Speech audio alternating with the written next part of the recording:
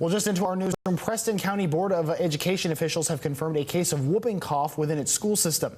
12 News spoke with Preston County school officials just moments ago. They tell us that while they can't speak to the specifics as of this evening, they can confirm that there was a case and it was a student, but it was believed to be isolated to Preston High School and on Brewston Mills area buses.